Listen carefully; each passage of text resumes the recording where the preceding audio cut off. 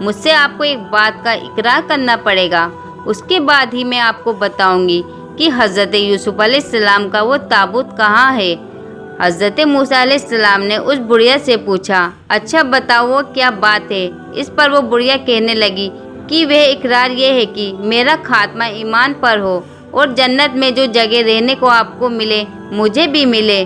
تو موسیٰ علیہ السلام نے اللہ تعالیٰ سے عرض کیا کہ اے اللہ، یہ بات تو میرے اختیار میں نہیں ہے۔ تو اس پر اللہ پاک کا حکم ہوا کہ تم اقرار کر دو، میں اسے پورا کر دوں گا۔ حضرت موسیٰ علیہ السلام نے اس بڑھیا سے کہا، ٹھیک ہے، میں تمہاری بات کو مان لوں گا اور تمہیں جنت میں جو بھی چاہیے وہ مل جائے گا۔ تو اس بڑھیا نے حضرت یوسف علیہ السلام کا تابوت کا پتہ بتا دیا۔ تو سب نے مل کر اس تابوت کو نکالا۔ جب اس تابوت کو نکالا گیا تو پھر اس کے بعد حضرت موسیٰ علیہ السلام اور بنی اسرائیل قوم کو راستہ ملا اور حضرت یوسف علیہ السلام کو مسجد خلیل فلسطین میں دفن کیا گیا ہے۔ ہماری دعا ہے کہ اللہ تعالی حضرت یوسف علیہ السلام کو امت مسلمہ کی طرف سے جزا خیر عطا فرمائے، آمین ثم آمین۔ تو یہ تھی آج کی ہماری ویڈیو کہ حضرت یوسف علیہ السلام کو کہاں دفن کیا گیا تھا۔ تو ہم امید کرتے ہیں آپ کو آپ کے سوال کا جواب مل گیا ہوگا اور آپ کو کچھ معلومات ملی ہوگی۔